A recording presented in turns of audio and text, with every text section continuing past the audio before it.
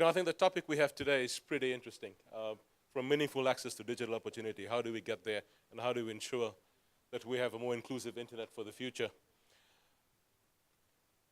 When we start talking about digital opportunities and what the internet has done for us and what it continues to do for us now and what it will do for us tomorrow, we also see that things have been changing rapidly. We've had all sorts of changes happen in the internet landscape, be it from the infrastructure perspective, from the content perspective. And of course, our dear governments are ever more interested than ever before in what the internet is and what needs to be done and what should not be done and how things could be perhaps better done. But what sometimes I think we tend to forget is the fact is the internet is what it is because of the people who use it. It's not about governments. It's not about the big companies that run the networks or operate the networks or build the content. It's actually about the people. If we don't have people, there will be no internet because there's no one there to use it.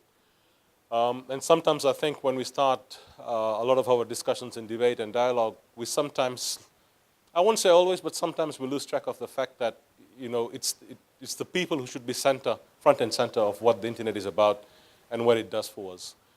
I saw a couple of reports floating around this meeting, of course, on various things, including one I read last night, which was released last night. And that also mentioned that it should be a user-centric internet. Tulika, please join us here. So, with that line of thought that, the users should be front and center of what the internet is and where it will take us into the future. We've got 5 panelists from a very multi-stakeholder mix, I must say. And what I've asked them is I gave them some short notes earlier this week on some things they could perhaps cover in terms of their opening remarks. Now, seeing that this is a fairly small audience, what I thought we'd do is, perhaps I'll give a couple of minutes to each of the panelists. And then let's try and make this as interactive as possible. I think, knowing most of you in the room, you are also domain and subject matter experts. So I think let's make this a richer discussion by having it far more interactive than initially we had planned to, based on what we have in the room today. So with me up front, I'm pretty sure most of you know everyone here, but let me just quickly run through this. Paul Wilson from APNIC, based out of Australia. David Appasamy from Social Beat, based out of Chennai, India. Tulika Pandey from the Ministry of IT, Government of India. Harish Pillai, who's on the ISOC Board of Trustees, but as well, he is with Red Hat, based out of Singapore. And Deepak Maheshwari, who is the incoming chair of the IEEE Internet Initiative, which is why I asked him to join us today. But as well, of course, he is with Symantec, based out of here in India, but with a regional role. So thank you very much, all of you, for joining us today. The first question I'll put to Paul on the infrastructure side. Of course, the infrastructure itself is the building blocks or the technical building blocks of what the internet is and all the systems that run on it. What we've seen, Paul, that infrastructure, of course, is there's been some leaps and bounds in infrastructure. For example, if we look at IPv6, if I just sort of digress for a moment, in India, from what I understand, due to one player entering the market, there's been a spike in IPv6 in this country, which is Jio, of course. But across the region, we're showing steady growth in IPv6 adoption. And of course, why IPv6 is important, because if the internet of tomorrow is to succeed, it needs to have sufficient addressing, and of course, IPv6 provides us with that solution. So that's one part of the question, Paul, in terms of what is happening in the region. What we also see is there's some gaps in infrastructure. Now, we're all trying to move to a digital economy. Most countries have an aspiration to be a digital economy or knowledge-based economy. However, if you look at the infrastructure and the level of development, they're not the same. As an example, ASEAN, the 10 ASEAN economies, you have Singapore at one end of the spectrum, and then you've got Myanmar, or not Myanmar so much now, but let's say Laos at the other end of the spectrum. So there's a huge gap between the development status of those countries, but as well as infrastructure, as well as policy capacity, as well as technical capacity, as well as the availability of content. So the list just goes on and on and on. So if you could perhaps give some thoughts, Paul, on where do you see these gaps? And in particular, we also have this issue about affordability, of course, in the region. If someone is earning only $50 US a month, for them to pay $10 US a month for their services be it internet, there's also the cost of the device they have to factor in. That's a pretty big ask, I would think. So perhaps some comments and thoughts from you, please. Hi everyone, thanks for being here. I'm Paul, I'm the head of APNIC, which is the IP Address Registry for Asia Pacific. So we're an organisation of around 6,000 or 7,000 members these days, serving a community of about 15,000 who are the network operators, infrastructure, data centre, CDN, all of the operators who are actually using IP addresses actually to build the internet. So I will take it down a level from the questions of access and inclusion, which I think are fairly higher level abstract human-oriented questions, to availability and affordability. And availability is easy. The network has to be there, it has to be built, it has to be something that people can actually use. Affordability, likewise, is very related to what I want to talk about. It's very subjective. It's something that I think we all acknowledge, that a network has to be affordable by some measure in order for there to reach a critical point where users feel free to use it, as opposed to sort of constrained by costs. And I think one measure of that is the Alliance for Internet Affordabilities. They call it their 2-for-1 target, where a gigabyte should cost no more than 2% of a person's monthly income as an average for a country. That's a target that's met for about half of the countries that the A4AI initiative has studied, and I think that's a fairly good measure of affordability. But I want to show that affordability and availability are all in the hands of the people who are actually building the networks, and those are, as I say, the people who are generally parts of the members of the APNIC community. They're the people who are building the infrastructure, who need to deploy the infrastructure effectively in order for it to be affordable and available and accessible and inclusive, of course. And it's not quite as easy as a lot of people might assume these days, where a lot of technology comes off the shelf. The internet is a grand architecture. It's a complex architecture. It's one that's changing and growing all the time. And the people who are responsible for building it are the people that we all rely on and all hopefully can take for granted in doing that job very well. Because the point is that the difference between a piece of infrastructure that is secure and stable and reliable and affordable and efficient, and a piece of infrastructure which can be none of those things, the difference between those two scenarios can be purely a matter of the skills of the people who are doing the job. So you've got companies who need the capacity, you've got employees who need the technical capacity, also the planning and management capacity to actually do that job and do it properly. Because as I say, if you have problems with availability, with security in particular, in an internet service, then it's very likely that, almost certain, that's a question of the people who are building that network and their capacity to actually do that job. So we're sort of, we do take the internet for granted. I mean, many years ago we hoped there'd be a modem in every house, and kind of we've got a lot of modems out there, but we've also got a lot of broadband as well, and we've still got a digital divide. We've still got a lot of infrastructure that's being deployed freshly and in difficult circumstances, and in many different technical and operational environments where it's a non-trivial ask. So the point is, I think, in our region in particular, not to take that for granted. We've got to recognise the internet is a huge success. The internet is its own enemy in this sense, in that the profit margins that are emerging these days have been cut very dramatically, while the challenges are going up. So as I mentioned, the technical staff themselves, who might be severely challenged and stressed by simply maintaining a 24/7 operation that's growing rapidly, are also dealing with new technologies like IPv6 and DNSSEC and a raft of other things. They're dealing with increasing security challenges, and yet they're expected to do this out of, as I say, out of profit margins which tend to be slimmer and slimmer these days. So it really is it's a challenge. It's not one that's going to be going away too fast.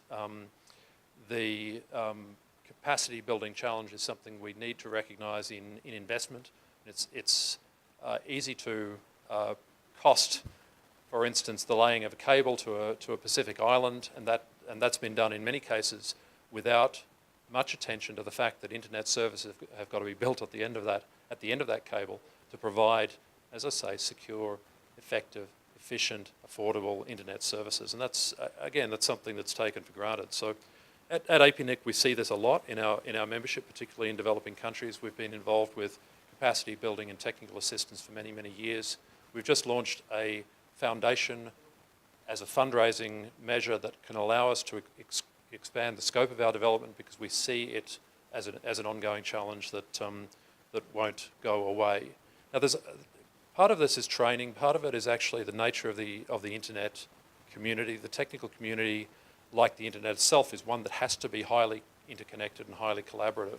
We work with some of the sort of traditional structures that exist in national and local internet communities, such as what are traditionally called NOGs, network operator groups, non-profit, even informal groupings of network professionals who get together on a regular basis.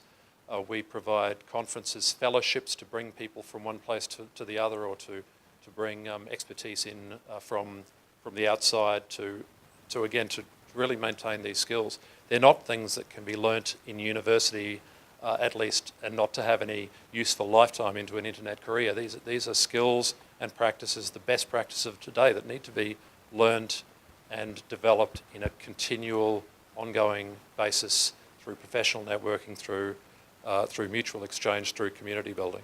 And so there is that whole aspect. I know it's below the level of the people, or it may seem to be below the level of the people that you mentioned as users, Raj, at the beginning. But I'm still talking about another whole group of people who form their own very important communities, and that's the engineers and the people who are building the networks. So I hope that's a useful contribution from the ground up. Thanks. Yes, indeed. Thanks for that, Paul. So maybe we'll come back to some of these issues a bit later when we try and get the audience engaged. I just want to go to Harish now. Harish, so we have, I guess I'm driving the cameraman crazy by walking around, so I'll stand here. Let's assume, I don't know, it's a pretty big assumption to make, that we have availability of infrastructure, we have affordability of infrastructure. So everyone's happy from that perspective. But once we have that, of course, the next thing we need is content. So content itself is an interesting dilemma, I think, in many respects, because what is content and what is actually meaningful content? Now, there's lots of content, there's lots of rubbish on the internet too, obviously. But one of the challenges we are facing, I think, now is, one, how do we archive all that content? And two, how do we actually sift through that content? But beyond that, the other bigger problem, of course, is that for the next billions to come online, there will not be English-speaking people. That much we know for sure. A large majority of them will come from this region, but as well Africa, Latin America, Central Asia, and so on. So how do we ensure that these people who are about to come online, or newly coming online, who might not even know how to read English, or even the English alphabet for that matter, how do we ensure that they also have meaningful access to content? So that's one part of the question. The second part, I'll sort of switch to your red hat role. FOSS has always been said to be a great option for localization. It has so many options that allow localization. People can build their own stuff, they can code their own stuff, they can tweak, etc., etc., etc. But if we look at some of these new people who will be coming online, they might not necessarily have the digital skills to build their stuff themselves, or they might not have the economic capacity to. I mean, you need to have devices and machines and access and all that in order to have that sort of ecosystem around you to be able to contribute code, to build code, test code, and so on and so forth. So I know there are lots of community-based efforts around the world, but I think I would like to see, what you can offer us in terms of, how do we get to that meaningful content bit, but then at the same time, what role can potentially FOSS play in that equation? Well, that's a long question. Let me start with the easy bits. When you said meaningful content, I think we need to start with the existence of content in the first place. Then you derive whether there's any meaning to it or not. So what may be meaningful to me may not be meaningful to you. So if we have good content created, and I think if I remember when we started Apricot in 1996 in Singapore, one of the tracks was talking about peering costs and cost of traffic between the US and Asia in terms of who's going to pay for the pipe. That was the question that came up. Because the comment was most of the content was most likely to be in the US and to be consumed in Asia. But I think today that has changed dramatically because of the devices that we carry. And yes, a lot of the stuff we create on those devices can be deemed as rubbish. But at the same time, an event like this, we are tweeting about stuff, this is for consumption in this part of the world. Now, who is going to carry that content? Who is going to generate, and who's going to be viewing the content, whether it's in English or otherwise? The fact is the content is being created here. There is some meaning to this content that's been created for this session. It may have some meaning after the session because it may be archived for research purposes. Some PhD thesis may be looking at the stuff that was generated 10 years from now. So there may be some meaning at some future date. So the meaning itself is a very highly situational aspect to it.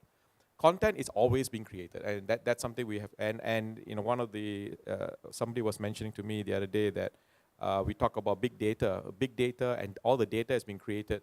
It is part of some set of contents for some stuff. What the stuff may be, it depends on what you want to interpret the data that you're receiving. So the meaningful part is a slider. It depends on what it is. So how would open source, for that matter, help in making this happen?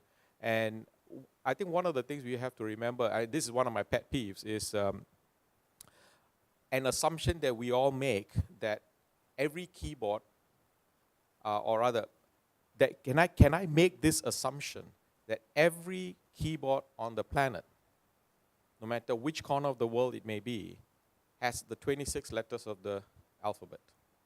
If I can make the English alphabet, the alphabet. It could be the English alphabet, it could be the French alphabet, but at least you have the 26 letters there. Which means that on that basis alone, even if you don't know what the letters mean, you can at least hunt and peck and type something in. Potentially, you can get to some place. So the way I'm coming from is the whole idea of, if I want to have people accessing the internet and using content and generating content in their local language, we need to have a way for them to create the local language with the input devices. So input devices is a problem, I think, largely solved. I don't think there's anything new that needs to be created. Majority of the stuff is solved. There may be certain corner cases that we may have issues in helping to solve that input aspect. But I think that part, the creation part, is done. Now, when you create all of these things using tools that are open source tools, what that enables is people now can take a previous incarnation of a particular piece of software or even the hardware and make it better for the next round. And with the cost structure completely different from your traditional corporate proprietary model, which says, I have to make a profit for everything that I sell. In the case of an open source model, there is a different business model behind it. And I'm not going to talk about that from a Red Hat perspective, but that's what drives almost everything that we see today. The devices that we see in terms of how many people are actually using cell phones, it is quite amazing for me to see someone who I ordinarily would not expect to be holding a device like a cell phone and talking on the phone.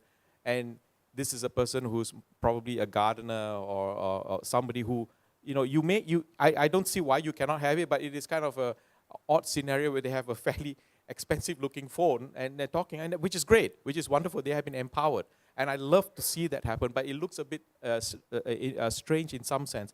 But more importantly, the fact that they can do it, which means to me, we have actually reached a certain level.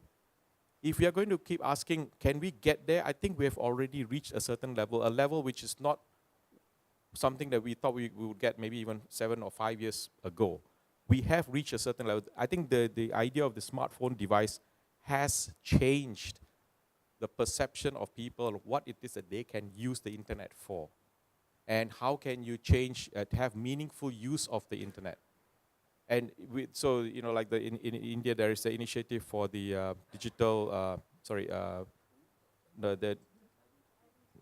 not the identity, the thing about, none of the above. the one that was done by SFLC, the internet censorship, the shutdown, internet shutdown.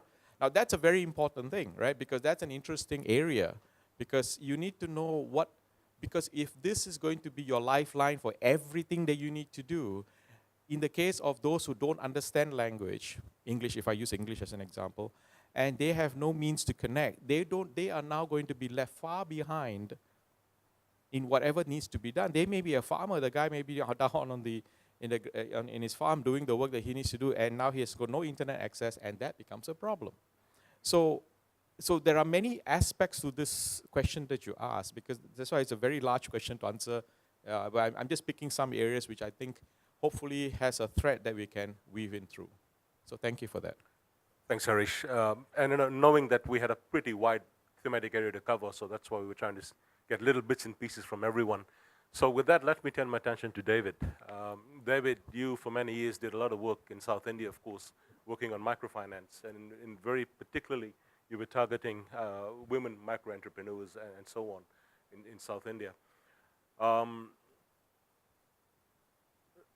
From what I understand, and then I could be wrong here, that was largely non-digital based, what those people were doing. But of course, now we look at, we want to bring people into the digital age. So the first question perhaps is, based on experiences and what you've seen and over the years, what opportunity is there to make digital micro-entrepreneurs at that very rural levels, and very specifically even saying that, are there women rural digital micro-entrepreneurs that we could breed out in some way or form?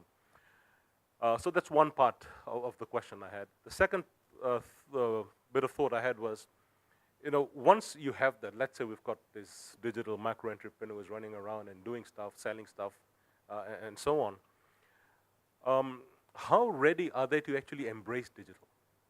Is there a digital literacy gap that needs to be addressed, and who's responsible to do that? Who should be working on that? And then, of course, the other bit is that India, for example, in fact, just nearly a year ago, moved to, we had the demonetization thing here, and now the cashless economy, of course, has become a big thing in India. So just on that thing alone, if we are looking at digital micro-entrepreneurs, what role will actually payments play in that? And particularly if there's, on top of that, there's also potentially a digital skills gap. Thanks, Rajneesh. I'm David Appasamy, as you heard, and I'm part of the leadership of a digital marketing company now. But what we're really talking about is about 5 years ago, when I ran a microfinance company as executive director for about 2.5 years. And prior to that, I was 10 years with SIFI, so steeped in the internet, so to speak. My mandate when I took over the microfinance company was to use technology to converge the company, which was, scattered across 31 districts of Tamil Nadu, serving 50 million rural women, and somehow be able to get them to work in such a way that the data could be converged onto a central server. So we began all aspects of work, starting with a central piece of software, which was, we call the Sangamam, the point of confluence. And it obviously had to be compatible in Tamil as well, because all the data captures in the language. And at the same time, we built out a VPN across regional offices, the branch offices, and so on. But the real interesting part of it all was a rural staff. These were women in the villages who had studied up to 8th grade. So they were literate to a point, but they couldn't use smartphones. So we developed apps on Nokia phones, which it was very easy for, they knew how to message. So it was very easy for them to capture village level data or an individual's data and collate it together and send it over the cell phone network into the central server. So this started working pretty well. But there was a challenge in terms of how much you expect them to understand and capture. They do not understand full sentences, for example. But if you give them options, they simply tick off what is available. So in the villages, are we ready for a digital leap? Maybe with the younger people in the villages, yes, because they have a lot of exposure. And if you look at the growth of cell phones in the country, even in rural areas, it is the young people who are buying them. And for them, it's aspirational. They may be spending a lot more than,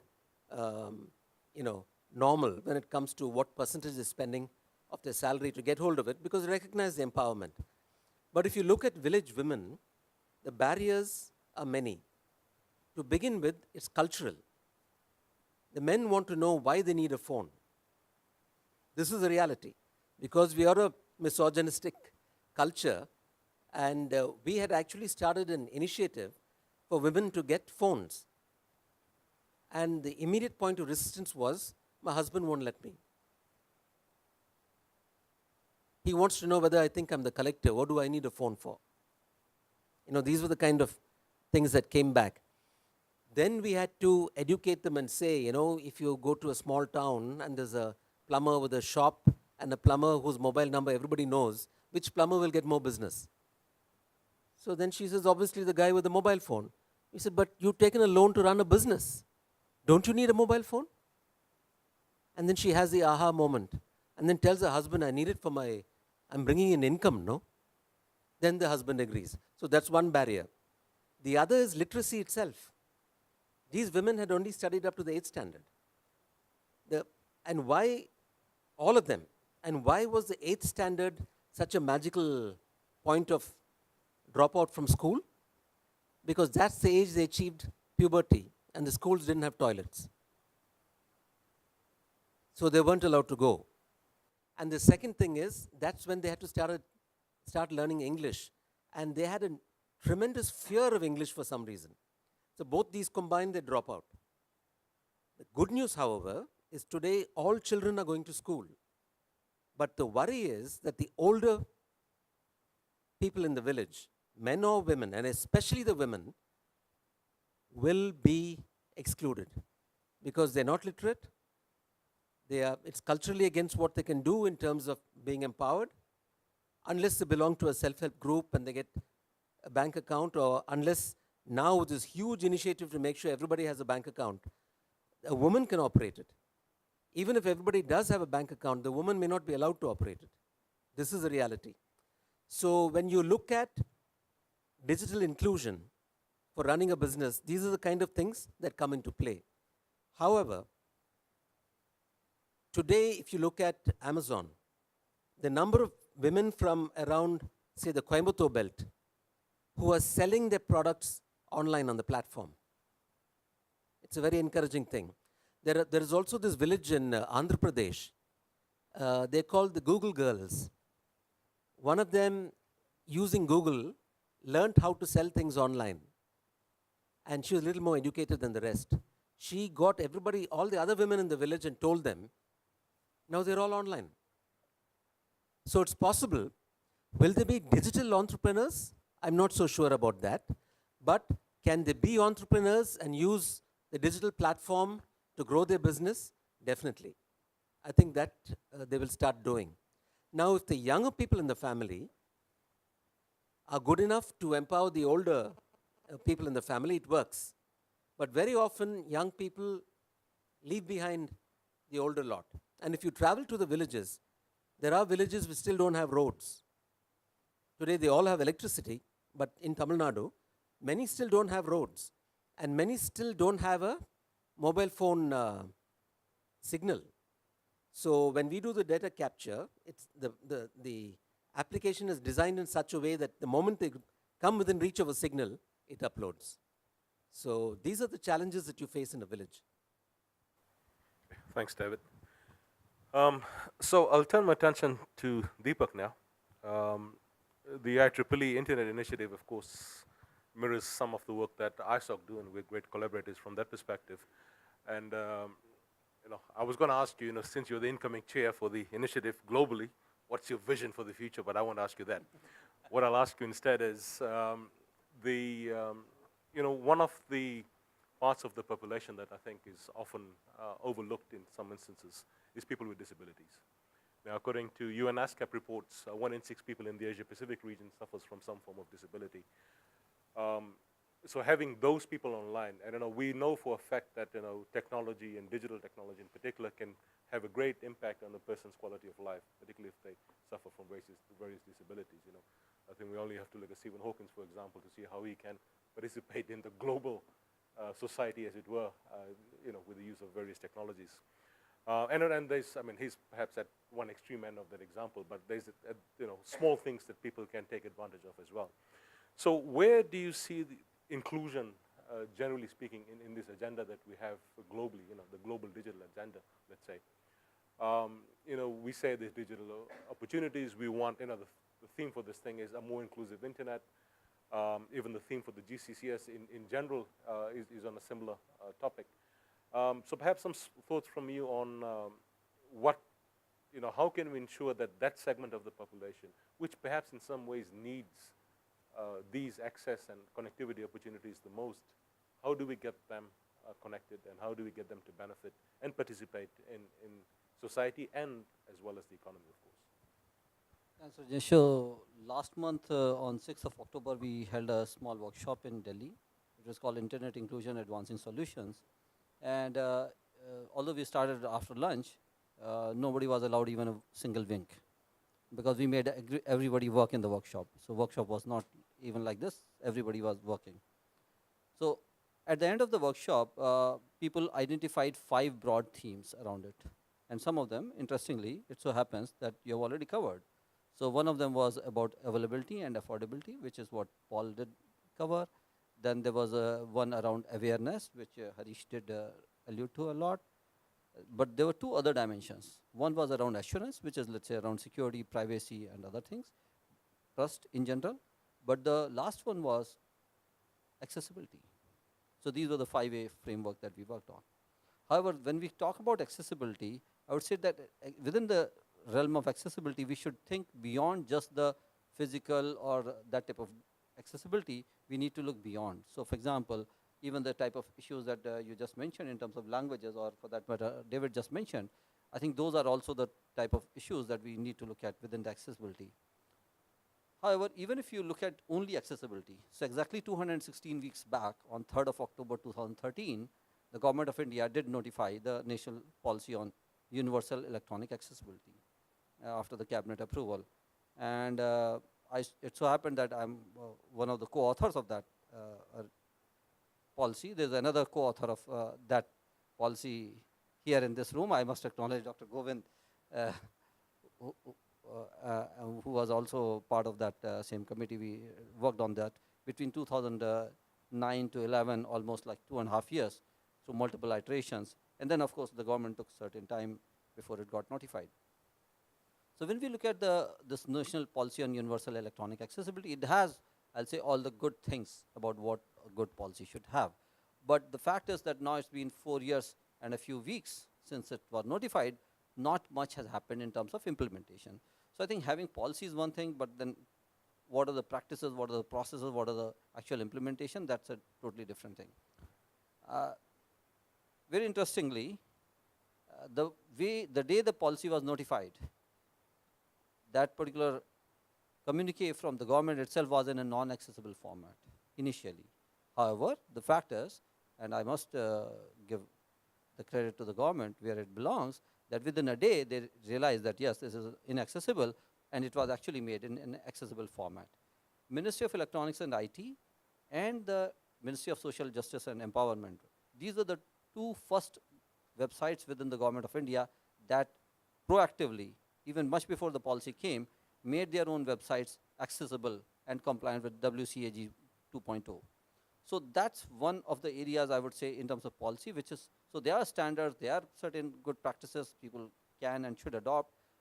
And the other aspect is that people are also having simple tools today, but many people are again not aware. So for example, on a lot of mobile phones, as well as on many desktops and other things, you have options of just reversing the contrast, changing the font sizes, and at times as simply as just using 2 fingers and things like that. Many people are not aware of that those things exist on their devices. So I think that's the other aspect in terms of accessibility that we should look at. The third thing is that everybody needs accessibility sometime in their lifetime. So as a child, for example, nobody is sort of, so yes, there are stories that a child could be given an iPad and they start working on their own, but the fact is that everybody does have some issues related to accessibility at some point of time, always. Also, most of the people with the longevity that we are seeing around the world, with the longer life, and especially in countries like Japan, Western Europe, where we are seeing old ages, those are the type of places. In fact, even day before in the GFCE forum, Saito-san from Japan, the cyber advisor to the cabinet there, he also acknowledged and did mention that in a country like Japan, robotics and AI would play a significant role in terms of helping the old age people, because increasingly they will need some sort of assistive living on their own. So that's the other aspect that we need to look at. And then we look at within a country like India or many other countries. So India has the world's largest population of disabled persons in whatever manner or form that we look at. But we should also appreciate that here we have also done a lot of innovative work. So for example, more than a decade back, the Ministry of Electronics and IT, I mean that time it was the Department of Electronics, DIT in that sense, but that time DIT did come out with a program on vocational training of persons with disabilities, and broadly it was in two streams at that point of time. One was on the visual impairment, another was on speech and hearing, and there's real data. So initially it was in 20 institutes in Delhi and Tamil Nadu, and later it was expanded to all India. There was another 100 institutions which were supported with these types of things, and there was real data. So we actually had not just this program, there was a study which showed that most of the people after these interventions could get an employment, so in real life. So I think they are good models that we have. The last thing that I want to mention is something else. A lot of us today read e-books, or e-books, not just on things like Kindle, but even otherwise on those type of apps of e-books on other type of devices. Now, e-books are relatively new phenomena, probably about a decade or so. Kindle has just turned 10 this month. But the fact is that the e-book originally actually started for visually impaired people, because most of the governments, including India, the postal department allows free postage for braille documents. It's a global practice. But those things are voluminous, and it takes a lot of cost, paper, and money to produce that, even if you can ship it freely. So this is something which happened many years back. So in 80s itself, people started working on it, and then whatever happened in the EPUB, e-publication, now that those type of technologies and standards actually came into mainstream for the broader populace for consumption of this type of content electronically. So I think when we are looking at accessibility, it should not be construed that accessibility is only for 10%, 15% people. Accessibility is actually should be seen that it is for each and every human being. It is for each and every human being. So it is for 100% of the population. So if we can make something which is accessible for different type of people, we are actually making it available and easier and better for everybody on the planet. And I think that's the angle that we need to look at accessibility, rather than looking at in a very narrow manner that, okay, it is only for 5% or 2% or 10%. Thank you. So that very nicely, I think, allows us to converge on my good friend Tulika to give us a little bit of the India perspective. So as we've gone through the other four panelists, I think they've all touched on bits and pieces of the puzzle we have. And I think India, in many respects, has been trying to address many of those, if not all of them. So I would like to ask Tulika to speak a little bit about what the India perspective is. One of the things, of course, in India is this great linguistic and cultural diversity, which sometimes can be problematic in many respects. So, so perhaps some thoughts on that as well, of how is India dealing with the fact that it's got so many official languages, so many official scripts, and that in itself, of course, is a bit of a dilemma when we start talking about technology and how do people cross-translate, for example. And then, of course, but beyond that, where we know about the Digital India program. The Prime Minister, of course, spoke this morning about many of the initiatives that have been started up here. So, just some, I think, let me put it this way. Let's hear the India perspective, which is bringing all of these things together. Thanks, Rishnesh. I'm a little excited because I'm in a room with old friends. I'm in a room with friends with whom we had started the discussion on internet governance policies. I have my senior and leader, Dr. Govind, with me. And I'm going to turn the story upside down.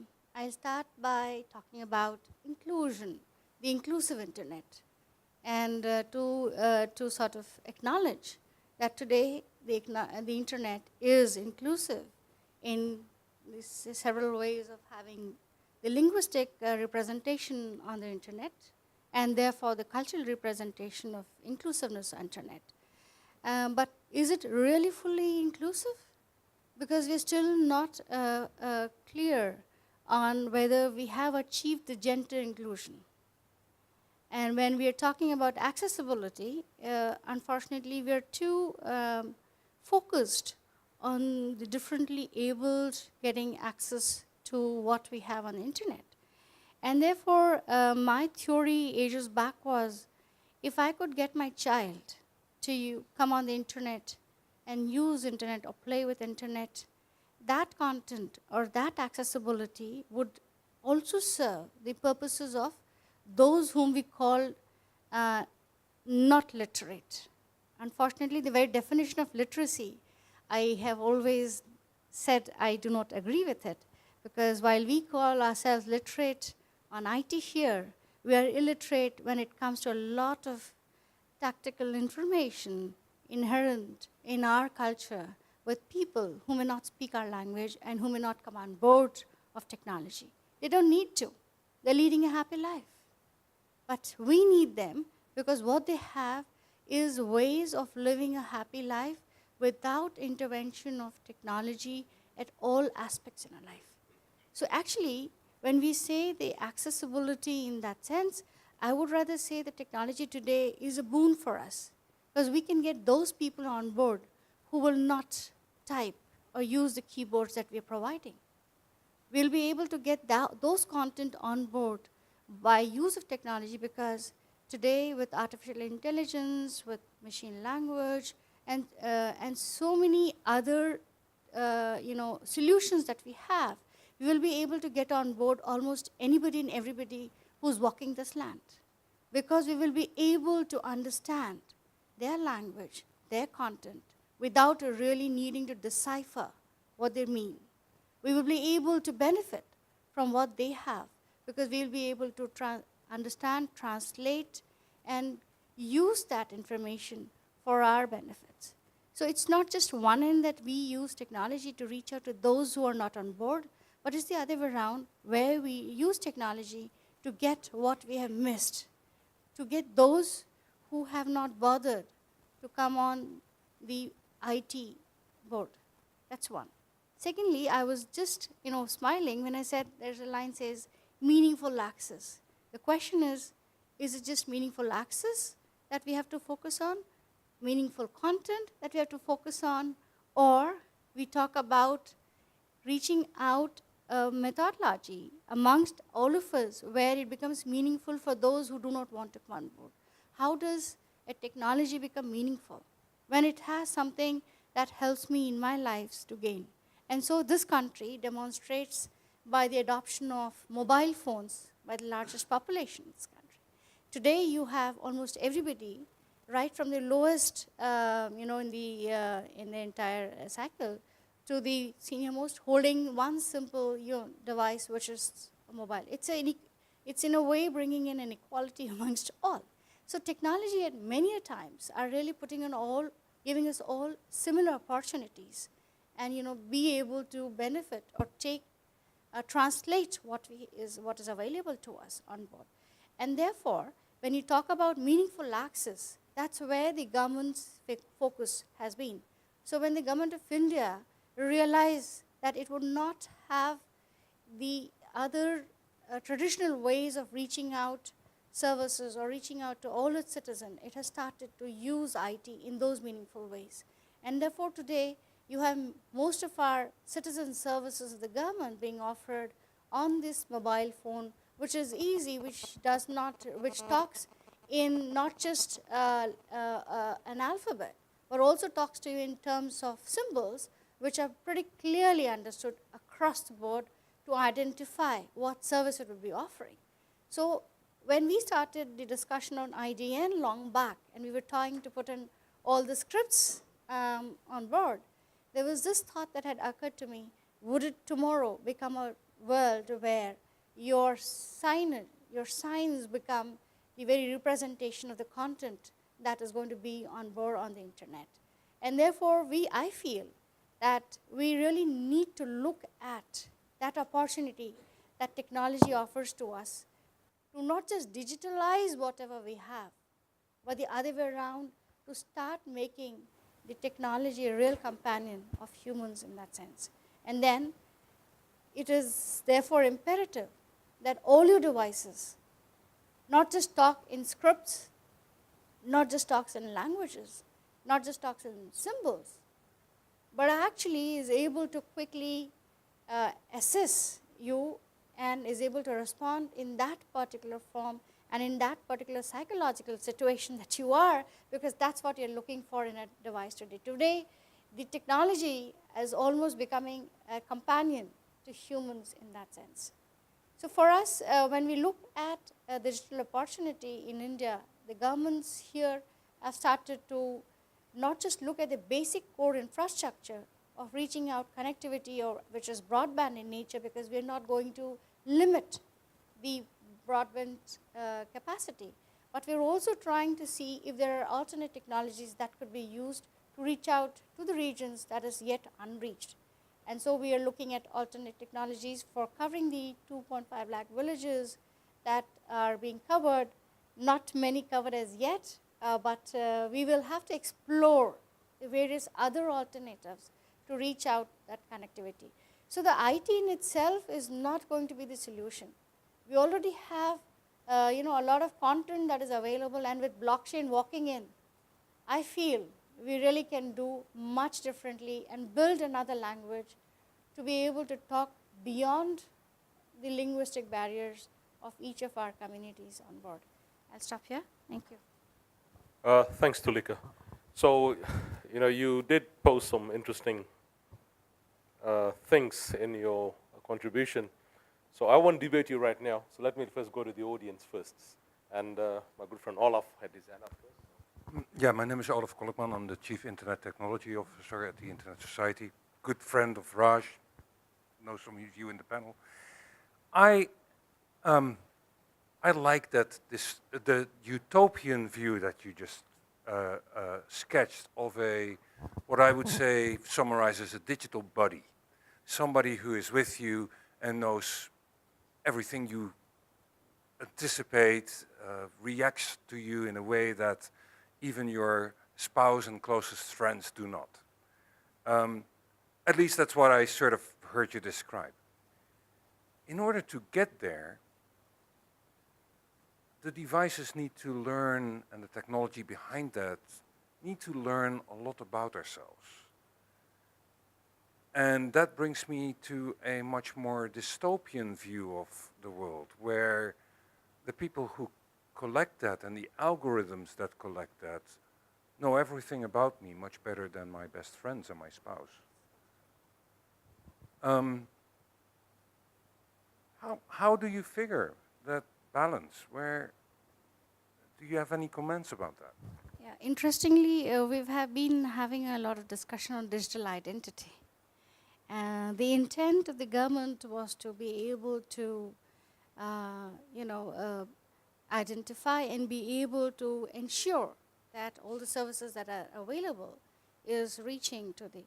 But this is not the way that the citizens in general have taken on. Rather, they have reacted saying, you're impinging on our privacy by sort of enforcing that if we want to benefit from these services that you're offering, you're binding us to say that we need to share our personal information, which is not the case here. So the point that I'm trying to make is, what we have on the digital world, when collated together, becomes that information that is then going to be translated to intelligence.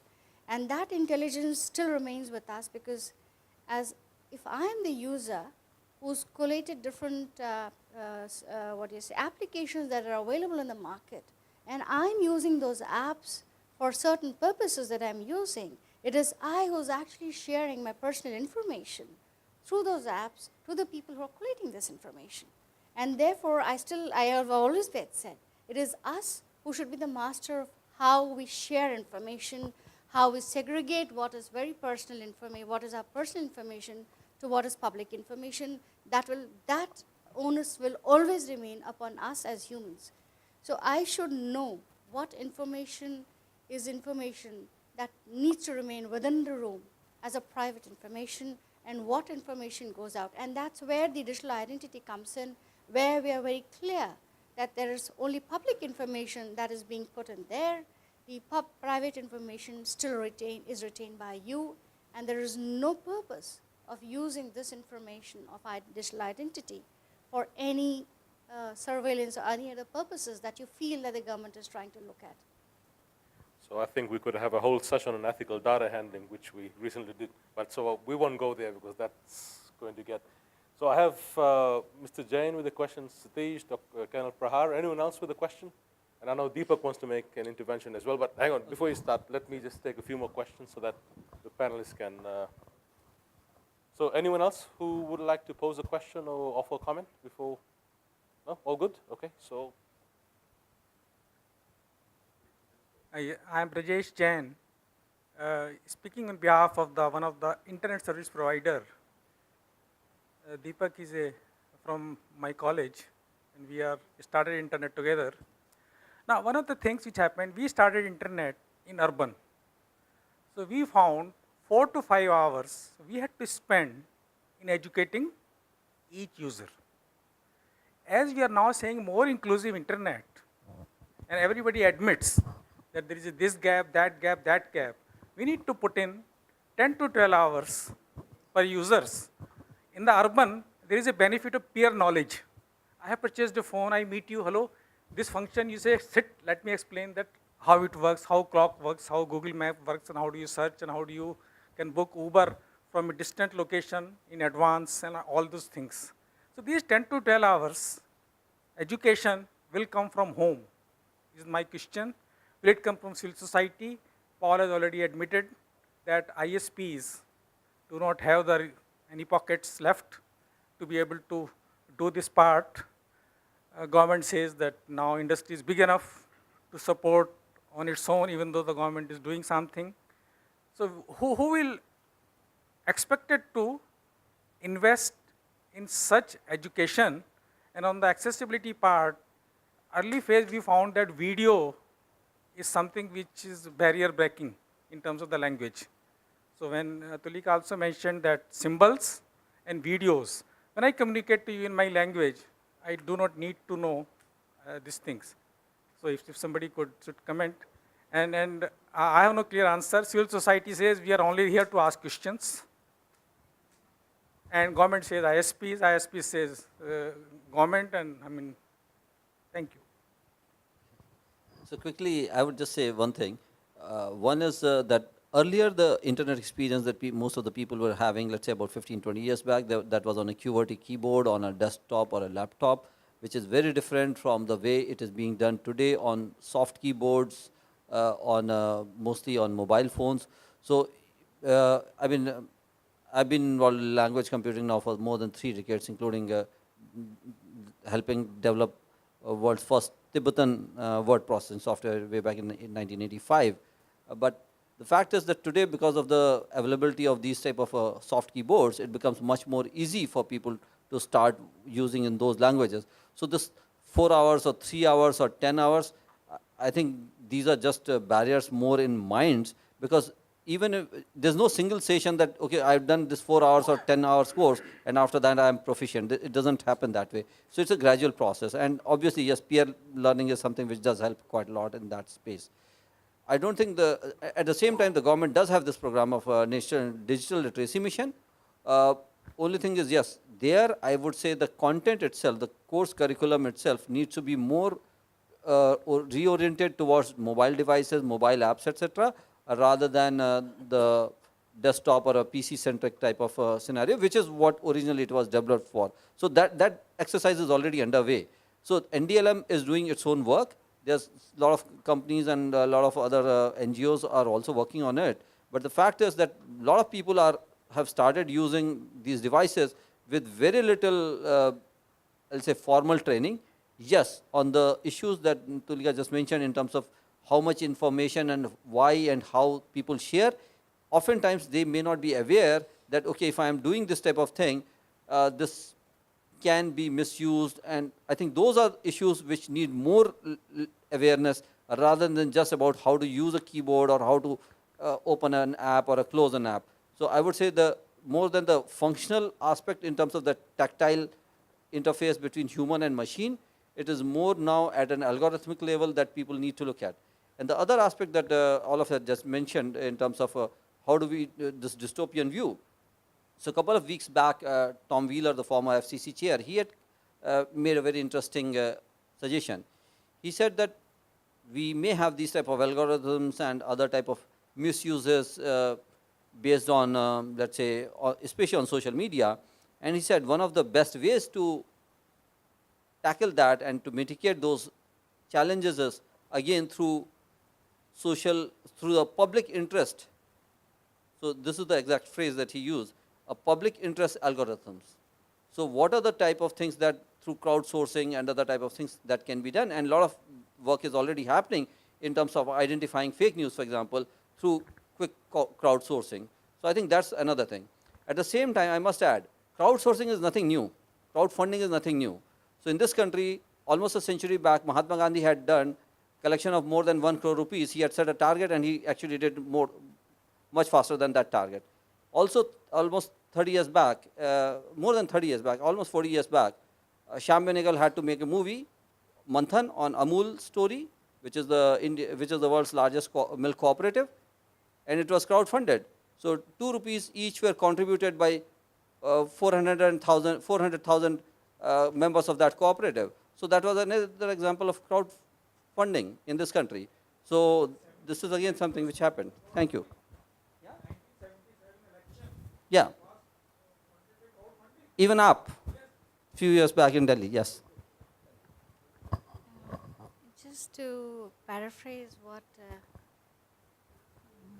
Niraj was saying, the training is the the problem that we are facing today in the government is to somehow reach across to citizens to say, please be aware of how and how much you are using the digital world in your lives. Please understand the rules of bringing in technology in your life. And that awareness is going on at all levels. While we have programs for schools, we have information security, education, and awareness program for professionals.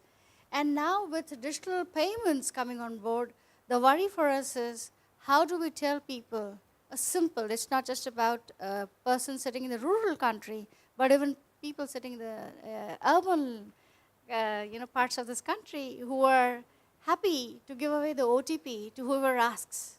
And therefore, after losing money only, get the big learning that this is now available information, which cannot just be shared because you trusted somebody and gave away that information because you lose money. So the situation now is not about the core learning of what technology and how to use technology, is the other way around. The entire learning now shifts to how much technology, how the technology intervention in your life, and please remain the master of technology. Don't let it enslave you. Because if you get excited and say yes to everything that is available on board, it is you who is committed to actually sharing your personal information for various purposes that it is being used in the end. So, small point there. It always will have to come from here. The youngsters who are born today do not need to learn. Rather, the problem is they do not eat food if they're not having an iPad in their hand. So the entire solution and the problem today is different. The blue whale is not technology. So. Right. I have got 2-3 comments and observations. Expanding on a little what Tulika started with. How many of us have ever been to the tribal areas of Madhya Pradesh or Jharkhand or Orissa? Terrible. But have you ever realized those societies have existed for centuries? Do you know the wealth of knowledge they have in terms of survival there, in terms of local medicine, in terms of their local education? And here we are trying to go and thrust internet on them, trying to bring images of the world and trying to disrupt the whole thing. Those societies are going to go to dogs. So when we suggest that the content to those people should be controlled, give them access to government services, give them access to health services, give them access to educational services, block others. You have 10 different kinds of people saying, oh, freedom of speech and freedom of this, and not realizing that what disruptive nuisance and nonsense to the societies is being caused.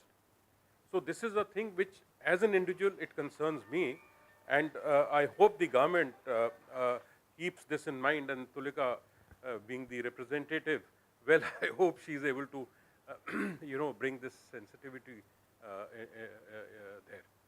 So this is one point. The second is when we are talking of meaningful access, right?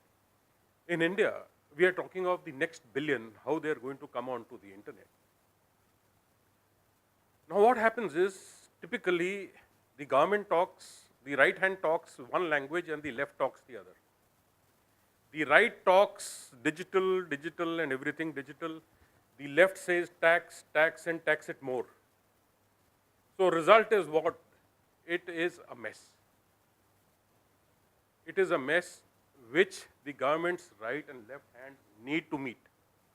They need to meet and they need to ensure. What I am talking of is the various taxes on the internet. What I am talking of, the right of ways. It is extortion. And then we are talking of how to digitalize the last bit of people. The local municipal authorities, corporations, state governments, it's extortion. If genuinely, I'm telling you a very straightforward fact, genuinely if the rates which have been prescribed, if the companies pay, believe it, whatever is the capital cost of setting up the whole project, they will be just paying in right of ways. They can't. And that sets up a wrong precedence of underhand means. Right? It's the reality. Third is again in terms of policies. We are wanting our last billion to be connected. Who are these last billion? They are the poorest of the poor. They are people who are less fortunate. We have to take internet to them if they want, we want to include them into our digital systems. If that is so, you have to involve a lot of local players. You have to generate local entrepreneurs to spread it. Now, so that starts spreading. Some kind of a business model starts getting made. And then a disruption comes in terms of providing totally free services.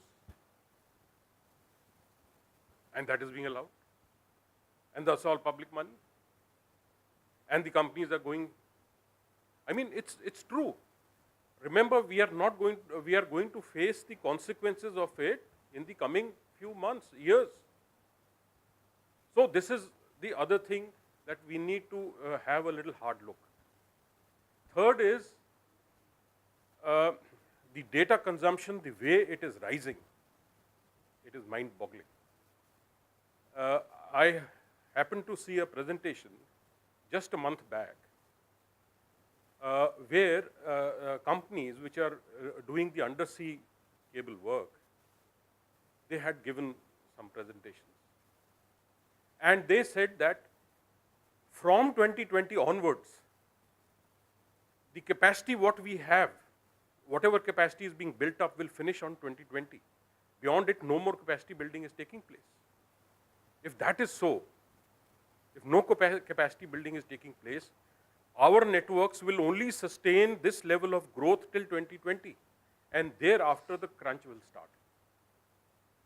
And what we are doing is, we are making people addicted to a whole lot of junk data.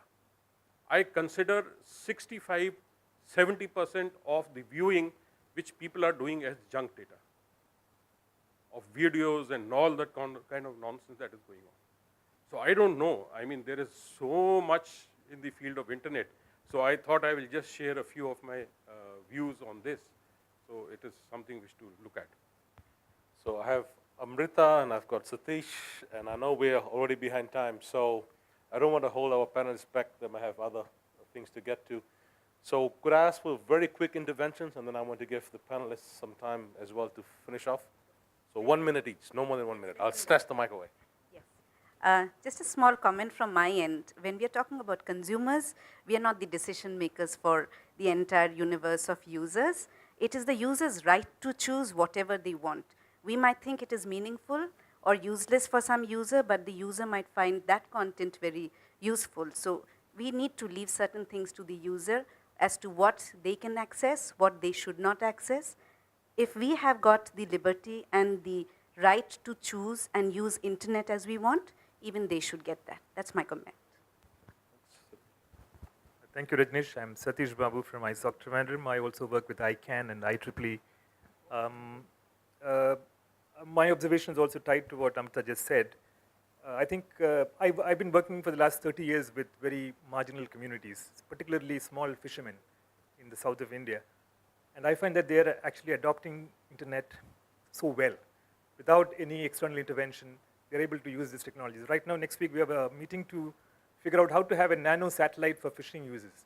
The idea is that they are pushing the frontiers of what is inclusion to not just human beings, but also the ecological world. What they want to do is there are some banned species of sharks that are fishing. They'd like to know while at sea, is this a banned fish or not? And they want the internet right there. Right now, we don't have any technologies to get them that. Other uses of internet that we're using, basically talking about pushing the envelope just beyond human beings alone to a larger kind of a scope. Anand and I are looking at blockchain-based ways of milk animal information for the use of farmer communities. So this has now been going on for about 3 months. We are doing wild elephant tracking using the internet, because wild elephants come and trample all over the kind of farmlands of tribals. We're trying to track them, and that is very successful today. It's based on SMS and forest guards being trained to use internet. We are also assessing biodiversity. What has been the historic change of biodiversity using automated internet-based systems? So the point is that inclusion is now no longer confined to human beings. We have gone beyond. One very small quick comment on the algorithms and the whole issue of dehumanization. We have an issue ahead as we focus more on big data and algorithms that analyze it and without any human beings in the loop take decisions, autonomous decisions. We've had very cases where that Google Photographs had categorized a black couple as gorillas. For whatever reason, the algorithm decided that. It's a 2015 well-documented case. And it kind of threw up a lot of flack on what algorithms are doing. So the issue is that most of the algorithms are proprietary. They're not open source. There's no way the civil society or programmers from our communities can audit these things. So unless we have a balance, as somebody's already mentioned, between the autonomous algorithms and the human beings who can look at these algorithms and make sense of it and see where they're going beyond this, what they're supposed to do, it'll be difficult. There'll be such edge cases. Thank you. So I have one more at the back. My question is that government has given so many services on internet in digital mode. Recently, I faced a problem. My uncle passed away on 27th of September, and I applied for his death certificate via online mode. When I went to local urban body office, everybody denied to accept the documents, and everybody gave me one statement that the website is not ours. So the website is on gov.in domain. They just clearly denied. What about the training of the officers? And another thing, ma'am stated that we are giving training of information security in schools also. But right now I am having an Excel file in my mobile phone which is carrying user ID and password of 257 schools of MIS portal, which is having Aadhaar number, date of birth, name, address, even bank information also. And the file has been sent from the office of district education officer. What about the training of that district education officer, sir? This is the way how data is being leaked. Okay, so I'm not sure how much of that Tulika can answer or not. No other questions? So I'll go back to the panelists. I think we are really behind time now. Look, we could spend another couple hours discussing what the interventions were, what the answers should be, and of course what all of you very kindly offered as part of this discussion. So I don't think we'll go there. So maybe based on what you've heard from the audience, some very impassioned thoughts as well. Perhaps just some closing comments, just in the interest of time. And I wish we had a bit more time to debate this on a few of the issues, but I think we can't do that. So can I start with you, Paul? Sure, I guess very, very quickly, in answer to Brajesh, actually, I think one of the keys to education of users is children. I think there are enough cases already where children are able to teach their families not only how to use internet services, but also to teach them many more things, how to read languages, facts from the world. Maybe a definition of affordability should be that if parents are able to allow children to use the internet without restriction in order to do that sort of thing, then the internet is affordable enough. Because I think that's extremely powerful, and it takes the obligation off the ISPs and others as well. But this discussion reminds me of WSIS discussions from many years ago. No one has much said anything about internet governance here, but the thing about WSIS was that it created the awareness of internet governance. It was a process by which governments tried to find out how to bring the benefits of the information society to their people. In the process, they discovered the internet, which seems a bit strange, but that's how it was back in the early 2000s. They really did discover the internet specifically as a key, and they also discovered something very critical about the internet, which was that it has been created and it's managed in a multi-stakeholder process. Through WSIS, there was a set of stakeholder groups that were defined, different from the set of stakeholder groups here, but in fact, I think this is a multi-stakeholder discussion where we've heard about culture and applications and content and providers and culture and various different representative views and viewpoints of the internet. None of us have got the solution to the question of access and inclusiveness, and all of us have got something to say in no particular order with no particular hierarchy. And I think it's a very good example of the fact that it's cooperation amongst viewpoints that creates a multi-stakeholder dialogue that can actually shed light and hopefully move us forward on issues like this. Thanks. David? Very thought-provoking interventions indeed. But I have a couple of points to make. One was with regard to digital literacy and training and all of that. Like Deepak mentioned, everything has changed when you have a interactive screen and apps. It's no longer, you're not navigating through multiple levels to do anything. You're going directly from an app. And these are designed intuitively. You should be able to figure out step by step, sometimes providing it is in your language. So people are doing this on their own, not requiring a whole lot of training and so on. So things like apps, things like touchscreen have changed things. Today, the rural women that I talked about not only have bank accounts. When I was there, we mandated they should have, every person has a bank account, the loan goes into the bank. So they learned how to operate the bank. And they also learned how to operate an ATM. Because the ATM is very simple to use and it gives you language choices, simple things. Once they're shown, they know even by looking at the symbols that this is the one she needs to press. So things have changed because of the interactive screen. So that would not be too much of a worry. As to whether everybody should have internet or not, I think they should be, like Amrita said, have the freedom to choose. And we find that, contrary to what we may believe, that people find uses for the internet we may not even have thought of. Because they look at it from their perspective, their need and their context, which we can't even begin to imagine. So that is not something that should really worry us.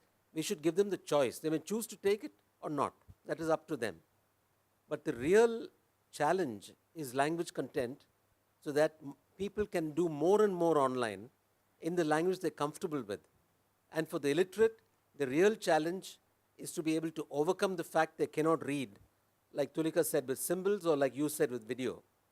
It's possible. But we need to start thinking like that. I think by and large, we tend to think largely top down. We need to start thinking bottom up. Just 2 points that I repeat myself.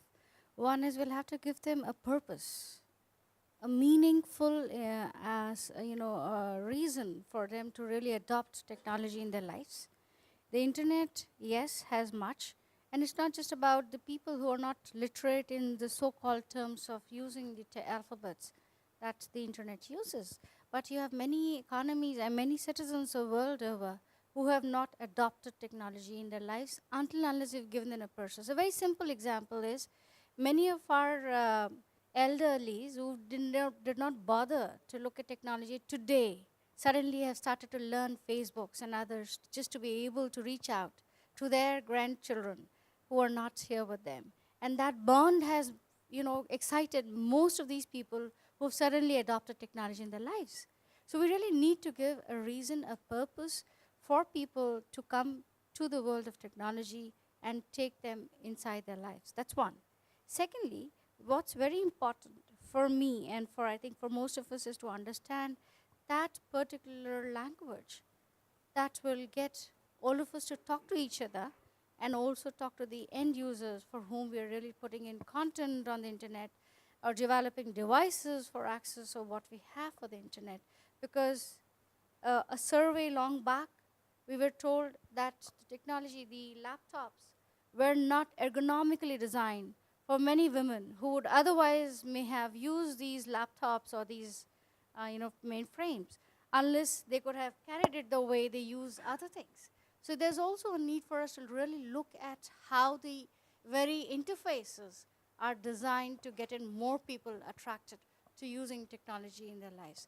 That's the last. And again, coming back to the point, we do not need technology thrusted upon people. It has to be a choice for people to choose which technology and for what purposes they use. In India, the washing machines are used to curdle buttermilk. And the hair colors are used to color the buffaloes, which sells for larger rates. So you do not really know what better uses are there for technologies that you bring out and leave it in the public. That's all. Thank you. That's a very nice thing. I never knew that you can use a washing machine to curdle milk.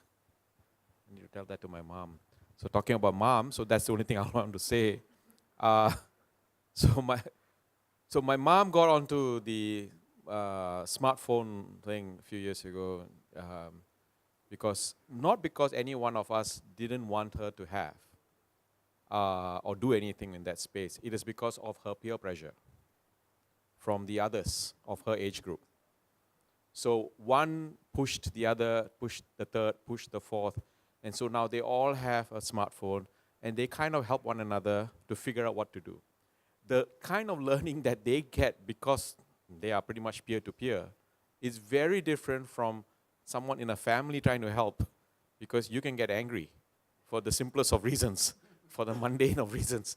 It's better to get somebody else to help, right? So one of the things that, and I'm speaking from a Singapore perspective, we do recognize this issue with age. I mean, the Singapore population is also aging significantly, similar to in Japan. So we do have some initiatives at the government level to, well, more than initiatives, actually driven activities to engage at the senior citizen level, what we call the silver economy, to make sure that they have the right set of tools, they know what to do. But more importantly, it's not so much that they have the tools and know what to do, it's how to protect themselves. That's the biggest issue there, because one of the things that people don't quite understand fully across the board is how much information should I share with Raj as opposed to with Deepak. There may be an overlap between the two, but again, there may be something that one has to know, one doesn't have to know. The thing is, even for us, those in this room, we will have challenges trying to make that decision as well. So let alone telling somebody else to make that decision. So what we need to is to equip them with a thinking process. Ask the question, does this person require this or does not require it? Do I have to give my phone number to this person or does it not be, it doesn't have to be given out? So to give that kind of consideration is very important because that's when people start to understand, okay, there is this value that I get, that's the meaning that I'm giving to myself in sharing this information. So I think that's the last few thoughts I have here. Thank you. Thanks, Harish. So, few things. One is, I think it is useful to have some baseline security and privacy. So, for example, let's say we have electricity, and if we have only electricity coming through bare sockets and bare wires, it may be dangerous. So, yes, there's some standard, some basic protection. But still, if somebody puts the fingers, that's a challenge. But what is it that we can do in terms of design and other things, both in terms of standards as well as in terms of design and implementation, to make most people intuitively safer? So that's one of the things. Second thing is, there was a mention about free internet access. I don't want to comment on the current practices, but the fact is I just want to remind people here that almost 15 years back in this country itself, there were at least 3 private ISPs who all were offering free internet access at that point of time, and it's worth looking at where they are, if at all. That's the other thing. The other aspects are, even behind every algorithm, there are some human beings. So algorithms are not sort of coming up in nature by itself. Some humans are writing, or some human being is writing. So obviously there are some humans who can sort of correct or mitigate those type of things. There has been this talk about that we need first literacy and then digital literacy and then, let's say, cyber literacy and financial literacy. But there have also been experiments and within this country which are very successful. So 2 of those experiments, one where people were just taught a few hours only in terms of how a particular, normally in terms of schooling, children are first taught alphabets and then the words. Here what was done was, on the computer screen, they would be just taught words and shown a picture of that particular article, and that's how they would learn the alphabets. So it was a reverse process, and it worked very well for multiple languages, especially in terms of adult literacy. Another program that did very well in terms of adult literacy was something, normally we use subtitles on a video when we don't know that language. So if I don't know French, I'm watching a French movie, I might like to see subtitles in English. But what was tried in India, again very interesting and a successful project, and there's a lot of research around it, which was called same language subtitling, SLS. So what was done, that let's say you have a dialogue and other things, and in the same language which the people would speak, it was written, but they don't know the script. So that was a challenge. After a few months, people started at least reading, not writing, but at least reading. So that was again a very interesting intervention where technology could be used to improve, to enhance the basic literacy itself for a lot of people. And the last thing that I would say is this, that normally we use this term internet user. I think we should stop that, and we should say internet prosumers, because everybody, and especially with these type of devices like mobile and other things, now everybody is also producing content. So it is not just that you are writing, okay, www.yahoo.com or something like that. You are also producing, you are taking picture, you are sharing that, you are writing a message, you are sharing that. So, and this is again something which Alvin Toffler had written 45 years back in his book Future Shock, that in the future, people would be producing as well as consuming. So I would say that we should get out of this whole notion that there are only some suppliers and some consumers. People are increasingly becoming both producers and consumers, prosumers. Thank you. Okay. The government demands. Government demands. I think we might have to walk out now. Last thing. No, I just wanting to make this small point that today, suddenly the data has become big. And so you have big data and you have the data analytics. And the government of India understands the value, and we have a Sri Krishna committee which is looking at data protection, which is a little worrying because you have more and more data coming in, and the data today suddenly has become so powerful that the governments will have to now start looking at what to do with the protection of the data, because that talks about privacy. Do we really need to have data in that form? Or are we talking about a trust in the digital systems, which cannot really be fully trusted because it will anyway be in the control of some authority or the other? And therefore, I just wanted to leave this question on the table. How do we handle the issue of data security vis-a-vis data sharing for the purposes of sharing the cyberspace amongst all the communities. Thank you. I'm sorry. So as Deepak and the others were speaking, there's a couple of things came into my mind. Number one, the fact is, it's the open internet that has enabled all this innovation, the use of technology, the new uses of technology. You never knew you could churn buttermilk. We were using a washing machine, and now you can have it IoT enabled, so you can actually monitor it, right, and control its revolutions and all that sort of stuff. But beyond that, the open internet, of course, has allowed innovation to breed. It's allowed creativity. Open standards is also part of that. So I don't want to digress into that discussion, but I just wanted to flag that. All of you look like you want to say something, I'm being put on the spot a bit. I find this a good discussion. I have to agree, there's a lot of crap on the internet. There's a lot of junk there. There's also a lot of good things, and there are good examples. And I think what resonated very much with me was what Paul just said. We make this thing better by talking to each other and by collaborating. A lot of the examples that I've heard about today were bottom-up examples. People in their local community creating their local optimized solutions. And it is so important that we listen to each other, we talk to each other, that we treat each other as partners in these conversations. And I think that is what Paul just said. And that resonates a lot with what I think we're trying to accomplish in these type of sessions. Thank you for doing this, Raj. Thank you, my friend. So, again, the cameraman's sort of cursing at me. The other thought that occurred to me was, as I was listening to the interventions, including the interventions from the floor, was that this sort of turned out to be like a mini IGF. We sort of covered all the thematic areas, and we had all the contributions, and we had all the right stakeholders in the group too, including government and civil society. So not too bad, eh? Okay. So thank you all very much.